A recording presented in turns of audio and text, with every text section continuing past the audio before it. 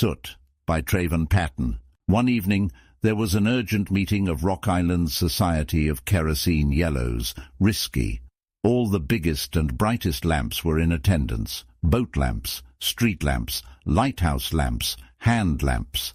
Everyone burned with anticipation as President Flicker took his place at the podium. He cleared his throat before tapping the antique microphone. Society of the Flame, do you fear the night? No, we burn until the coming of the great light. What is our motto? Separate in the light. Who knows the difference in the dark? You can be seated, Society of Kerosene Yellows. President Flicker winked as he shuffled his notes. What is this meeting about? A curious streetlight glimmered. I am glad you asked, President Flicker grumbled. I have received reports that our lights have been adopting practices contrary to our society's codes and standards. Gasps and excited murmurings are heard all across the vast meeting hall.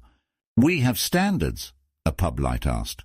That is right, the president shouted. These claims were so absolutely preposterous, so criminally outrageous, that I had to investigate them myself. And? Someone glared from the back. And what? President Flicker asked. And what did you find out? Shush, I was getting to that, the president grumbled. Enter Exhibit A. A clear kerosene lamp walked nervously from the back. What do you see here? The president asked the crowd. It's Kerry from McNabbitt's fishing boat. And Kerry's light is pretty bright, wouldn't you say? Yeah, he's really beaming, the crowd replied. You probably could see Kerry for miles on a clear night. What do you say, Chris? Sure seems so, Chris, the emergency police siren, replied. His chimney is spotless. So what crime are we looking at here? No crime at all, President Flicker quipped. That is the point. Thank you, Chris. Kerry, stand right over there. Kerry gave a sigh of relief as he hopped behind the president. You are late on dues, by the way, Kerry, but I must say that your chimney, wick and flame are a shining example of our society's codes and standards. McNabbitt's must be proud. Thank you, Mr. President. Bet he hasn't stubbed a toe or tripped over a fishing box in a long time since you turned up. No, sir. Good, the president smiled. Now for Exhibit B. Suddenly another hand lamp stumbled onto the stage, but something was very wrong. The smoky kerosene lamp dimly flickered its orange sputtering flame, feeling around blindly for the back curtain. What do you see? The president shouted. Well, that is John. I know it's John, President Flicker growled, but look at what he is wearing. It's a soot. Unbelievable, John is wearing a soot. Good for you, buddy, someone shouted. Looks good on you, Johnny, another replied. You look sharp. Next election you've got my vote. The room clamoured with excitement. Johnny for president! Order, I will have order, the president shouted. John is suddenly eligible to run the society because he is wearing a soot? Preposterous. Utter nonsense. What's wrong with Johnny wearing a soot? A street lamp inquired. What's wrong? The president growled. Nobody sees anything wrong with a fellow yellow wearing black soot? Black and yellow, black and yellow. A valid answer, if you don't mind. Makes him look mysterious, blushed the red railroad worker lamp. Someone else, please, quipped President Flicker. He looks good, and I say it's high time we lights started looking out for weselves, shouted the mining lamp. Because he is wearing a soot. To be successful, you have to look successful. How about just being successful? The president answered. How you are dressed is how you are addressed. Bet they won't be turning you off and on all day, right, Johnny? What are you talking about, Mr. Morse? It's your job to blink. Doesn't mean I like it, the Morse code lamp glared. President Flicker, so John is a little dim and his flame is wagging its tail, but don't you think he has got a right if he wants to wear a soot? Mrs. Opera House lamp quipped. Can't start telling lamps what to do with their bodies, can you?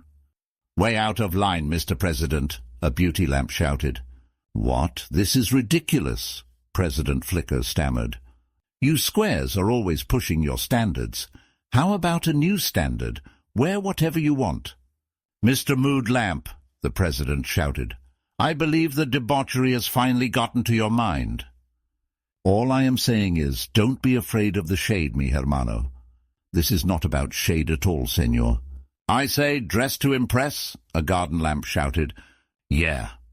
The entire hall was in a frenzy until the president's gavel landed 3 thunderous claps on the society's wooden podium. "How about, 'Ye are the light of the world,'" the president replied. The room quieted down. "Fellow yellows, ye are the light of the world. The world doesn't need another Soot. It needs light. The world doesn't need to focus on you. The world needs to be able to see the dangerous rocks near the seashore, the criminal hiding in the barnyard, the venomous spider crawling up the curtain next to the baby. John's Soot is fire. I don't see what is wrong with being a little dark and mysterious," the tavern lights answered. "John could see what's wrong with it," President Flicker replied. The president pointed to the lighthouse lamp. "John, who is that standing directly before you?" Smokey." The president pointed behind him at Kerry. "And who is that next to you?" "Trick question. That's Smokey as well," John replied. The room gasped as the president turned back toward the horrified crowd. "Society of Yellows, this Soot is nothing but the dark night itself, but instead of blinding people, it blinds lamps." Whispers can be heard all across the hall. "His Soot has coated his lamp glass and has made his light dim." "Why?" "Remove his glass," ordered President Flicker. 2 burly farm lamps removed the sooty glass from John's body to reveal a long, unkempt wick. "Your wick, John?" "I don't know what you're talking about," John said nervously as his flame stuttered in the open air. "John, you pay your dues on time and you've got fire within you, but it's burning low and it's burning dirty because you haven't trimmed your wick. You don't know my life, Flicker. They leave me out there to myself, but now that I'm wearing this Soot, they hold me close now. They need me, Flicker, and you are just jealous." "It's all about you, isn't that right, John? Isn't that why your wick is just hanging out there like it's the star of the show?" "Can't stay to the back and expect to get picked," John quipped. "I'm in the limelight now, aren't I?" "Yes, for now you'll get away with being a strain on the eyes," President Flicker replied. "But believe me, you are headed for the trash, John." John huffed in surprise. "The trash? I don't believe you. It is my time to take center stage." "John, you don't need to have your wick taking up all the space for you to be important. You're a fire carrier. You carry the brilliance of one of the first of God's creations. Let there be light. We are all vessels for the fire, John. It must take center stage. When we exalt ourselves, we are going to burn. We are going to flicker in a bad way, and we are going to have a nice black Soot that exchanges the light for the darkness. Everything and everyone is going to look like smoke to you. And for what, John? To get the attention? Yes, John, you'll get the attention all right, because when someone gets hurt or killed, they'll come looking for the lamp with the Soot." The room gasped as John gazed remorsefully at his chimney-coated lamp glass. President Flicker stood firmly at the podium with resolve in his glare. "Human lives are in the balance, my fellow Yellows. You have to decide. Is it going to be about you, or is it going to be about the light? If being on fire is now going to be about Soots and being important, you're going to lead people to their doom, and I won't be a part of it." "So you are stepping down?" the train light gasped. "That's a little risky, don't you think?" said the alarmed lighthouse lamp. "Mr. President, no need," muttered John. "We lamps see why Soot is a problem now." "Yes, this Soot is a blinding symptom of a deep-dwelling disease, an inner leprous plague that not only corrupts one's sight, but one's ability to accurately represent the true nature of the light within." "Why, yes, Mr. Candle. Not a member, are you?" President Flicker said curiously. "Just visiting," said Mr. Candle. "Indeed," President Flicker replied. "We have room, you know." "So we can't have Soots, but we are letting in candles now," quipped the red lights. "We may have to if you continue to let that kerosene get to your heads," the president replied. "Okay, we get the picture," grumbled the patrol lamp. "How do we deal with this soot?" "You banish that soot, first of all. Ask your master to clean you. You can't do that on your own. Secondly, get your wick out of the way. Cut off the excess parts that want to take center stage. That creates an unholy mixture. Trim your wick so it won't burn. Then, just to be sure, check your oil. Make sure it's not old and contaminated. Fresh, high-quality oil burns better. Good oil matters, right, kerosenes?" "Yes, Mr. President." "Then you can't be stuffy because you are kerosenes. You can't be uptight because you are on fire. You have to be humble. Let in some air. Make sure it is breathable where you are situated. You need proper flow to keep a good flame going, you know. Remember, it is all about the light. For if the light that is within you is darkness, how great is the darkness." "What did he just say?" scratched the tugboat lamp. "So if we do all of this and we make it all about the light, then everything stays smooth and bright?" the lighthouse lamp asked. "Life is hardly smooth, and if your light is needed, then it is because darkness is prevalent. But my fellow yellows, the fire within you can cast a light in any dark place if it is unobstructed." The lamps all nodded in agreement. "You lamps are on that right path if you stay clean and let the fire do the work," the president continued. "Remember, ladies and gentlemen, having a fire within you is no easy task. Even with your wicks trimmed, you will get a build-up on your lamps over time. However, it doesn't give any one of us an excuse to make soot a fashion statement. Anything that hides the light cannot be a standard. We must be cleaned. We must never hesitate to have our lamps cleaned because we are always more useful when nothing gets in the way of our light." "We agree, Mr. President," the streetlight said. "We, the Rock Island Society of Kerosene Yellows, move to vote on this matter." "Well, I vote to ban the soot. Who is with me?" shouted President Flicker. The entire hall erupted in cheers as they thumped their tables in agreement.